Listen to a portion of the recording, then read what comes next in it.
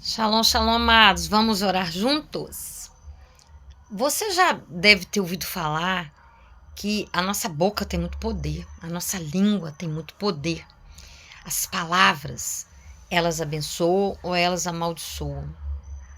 Nós vemos na Bíblia situações, de pessoas que, por decretarem alguma coisa, falarem alguma coisa, não podiam voltar atrás. E isso trouxe tristezas, isso trouxe muito sofrimento. E aí lá em Provérbios, capítulo 18, versículo de 21, fala assim: a morte e a vida estão no poder da língua. Provérbios 18, 21. Sim. O que nós falamos tem força para ajudar ou destruir alguém, ou até nós mesmos. Podemos ser destruídos. E tem muitas outras coisas que envolvem a fala. Às vezes nós achamos que por muito falar, por muito repetirmos uma mesma situação e usarmos isso como desabafo, nós estamos melhorando, que isso vai nos fazer bem.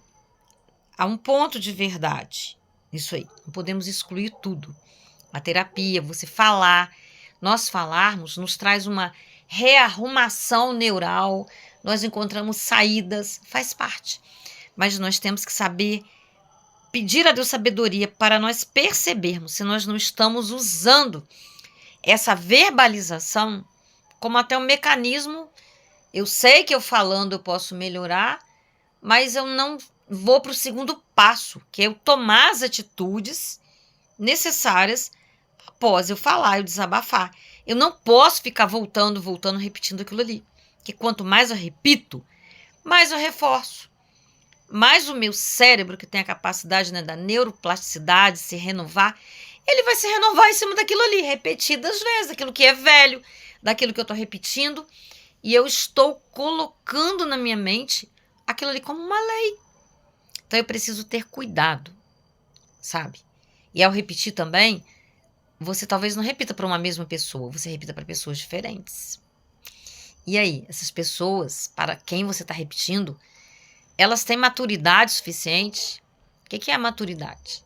Elas têm experiência, elas têm Deus, quem tem amor. Vai pegar a sua história com mãos amorosas, cautelosas, realmente? Ou vai usar isso aí para daqui a pouco jogar na sua frente, jogar na sua cara? Elas não vão saber lidar, porque tem pessoas que não conseguem lidar com a nossa dor, sabia? E a gente até entende. Aquilo fere elas, aquilo machuca elas. E elas se sentem desconfortáveis. E, por vezes, quando nós falamos com alguém algo muito pesado, ela não vai conseguir segurar. Ela vai ter que levar outra alguém para ela desabafar. E aí? Olha como isso é complicado. Talvez você nem tenha pensado nisso. Mas isso é muito verdadeiro. Isso é muito pertinente. Nós precisamos ter muito cuidado. E quando eu li aqui, que a vida e a morte estão no poder da língua. Olha, outro dia eu vi uma pessoa contando que uma pessoa falou, teve um terceiro filho, ia ter um terceiro filho, falou que não ia assumir aquele relacionamento, era de um outro relacionamento, que ele preferia se matar de trabalhar do que dar pensão àquela criança. E ele morreu. E ele morreu com 42 anos. E aí, a pensão ficou para essa criança. Olha como é. Ah, não, isso é coincidência. Não é não, amados. Não é mesmo. Sabe? Nós precisamos ter muito cuidado. Alguns pais, falam. Acho que hoje em dia as pessoas estão mais esclarecidas até. Mas ainda tem quem fale. Ah, vai pro diabo que te carregue. Uma vez uma criança, uma pré-adolescentezinha, o inimigo tomou a vida daquela criança. Ela ficou endemoniada, possessa. E não queria sair. E aí, enquanto não se detectou pela misericórdia de Deus que a mãe tinha falado isso e cancelasse aquilo, retirasse aquelas palavras, pedisse perdão a Deus, não saía. Por quê? A autoridade que os pais têm sobre os filhos. Sabe? Palavras malditas. Então, nós precisamos ter muito cuidado. Ah, mas às vezes aquilo ali é real, é verdade. Ei, quem vive pela fé, nós não podemos viver com aquilo que a gente está vendo de ruim. A gente vê, é real. Mas a nossa fé nos leva além. A fé, esse olhar, Tem um grande exemplo que o dono do Walt Disney, né? Ele visualizou tudo aquilo ali antes daquilo ali estar pronto de acontecer, e aconteceu. Então, a gente precisa visualizar, imaginar as coisas, sabe? Sonhar com as coisas, se empolgar com as coisas. E aí, posteriormente, aquilo tudo aconteceu. Então, quando eu estou vendo uma situação negativa, uma situação que me dilacera o coração, pela fé, eu estou vendo que um filho está perdido, eu estou vendo que tem algo que está ruim, sabe? Eu não me fixar naquela imagem que eu estou vendo. Crer em Deus, através do poder da oração, através de uma atitude, sabe? Que seja a oração, que é a principal delas. Aliás, é a principal delas. Eu vou orar, eu vou clamar a Deus, sabe? E Deus fala para nós batermos a porta, para nós insistirmos.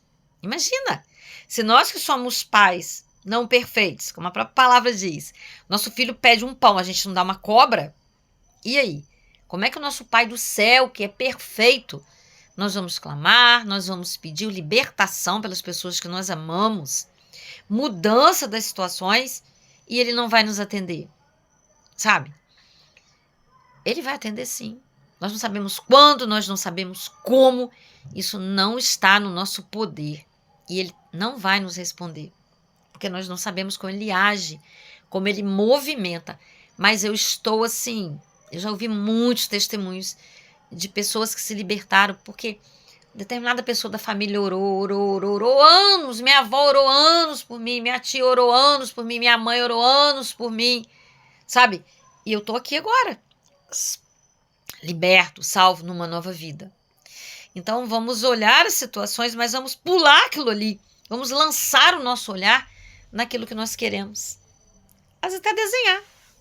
Você não é bom no desenho, mas faz um símbolo, uma coisa qualquer, nem que seja um boneco. Tá com alguém perdido. Uma vez eu desenhei a igreja, coloquei aquela pessoa que eu queria, de mãozinha dada e na frente da igreja. E aí? Sabe, a gente tem estratégias. A fé como criança. Deus fala, né? Quando Nicodemos foi procurar Jesus e perguntou para ele, como que eu faço para entrar no reino dos céus? Ele falou, tenha a fé como a fé de uma criança. Uma fé inocente, sabe? Uma fé que sonha. Uma fé que crê, né? É isso aí. E nós podemos ter essa fé, pedindo a Deus que nos dê essa capacidade de crer. Eu sei, é inegável. Nós vivemos num mundo conturbado, difícil, como a Bíblia mesmo fala. Quando Jesus voltar, encontrará fé sobre a face da terra, devido à maldade que nós vemos, ao esfriamento em alguns corações. Nós vemos em todos os segmentos da sociedade, sabe? Programações mentais, neurológicas, para realmente as pessoas se acostumarem com aquilo que não é bom, com aquilo que fere, com aquilo que deveria ser visto como anormal, como repugnante.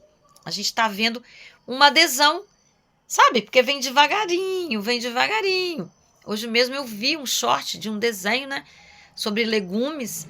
Aí a criança, eu vou ver aquele filminho para meu filho gostar de legumes.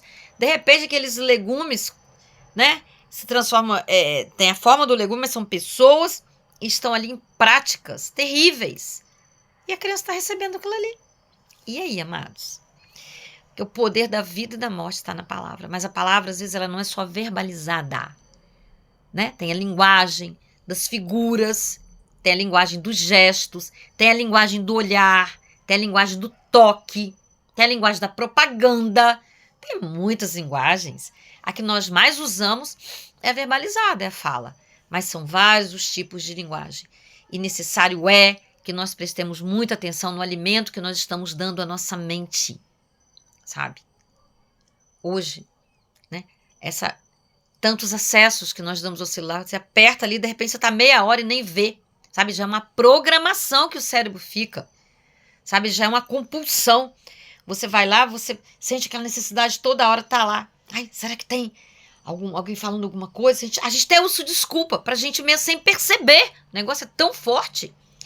E dali a gente olha, dali a gente vai pra outra coisa. Quando você vê, você gastou meia hora, 1 hora, 2 horas, você fala, meu Deus, o tempo acabou e eu não fiz nada. E você volta lá e você não se dá conta. Então, misericórdia, amados. Nós precisamos pedir muito a Deus que nos proteja, que nos blinde, que nos discipline, que nos direcione. Sabe? Vigiai e orai. Nem é hora e vigia, é vigia e ora. Senão a gente vai dançar. Tá? Então, vamos pensar nisso hoje. Vamos refletir. Sempre é bom esses toques, essas reflexões, nos ajudam a perceber aquilo que nós às vezes esquecemos, passa desapercebido, sabe? Ontem mesmo eu comecei a ler de novo um livro maravilhoso de John Bevere, um pastor norte-americano. Ele escreveu o livro A Isca de Satanás. Tem o audiobook aí na internet, acho que são 10 horas de audição, porque a gente acha que a gente perdoou. E o perdão é um processo. Às vezes você está num ponto do processo e você volta. Aquilo reabre. Aquela situação, mas quando você tem que ter contato com a pessoa. Não tem como aquela pessoa sair da sua vida. Você não vê. Não, você está ali constantemente. E ela às vezes está ali provocando, abrindo ferida. Quer ver uma situação? Quando são pais separados e tem a criança que tem que se relacionar, às vezes a paz acaba. Se tornam inimigos. E aí abre a ferida de novo, aí você perdoa, aí abre de novo, olha. E é pro resto da vida. Então, amados, são situações. E tá sendo muito bom reler o livro. Fazer uma revisão do perdão. Amém? Então, a internet também tem muitas coisas boas. Precisamos vigiar. Pai querido, Pai santo, em nome de Jesus, mais um dia na tua presença, Deus, te pedindo que o teu amor, a tua misericórdia nos revista, Deus, nos ampare, nos livre de todo mal, Deus, nos dê consciência daquelas áreas das nossas vidas em que está abrindo brechas, ó Deus, para que o inimigo tenha como agir nas nossas vidas. O Senhor não quer isso para nós, ó Pai. O Senhor nos ama. O Senhor tem o melhor para cada um de nós. Então nos ajude, nos ensine a vigiar, nos torne despertos, disciplinados, ó Deus.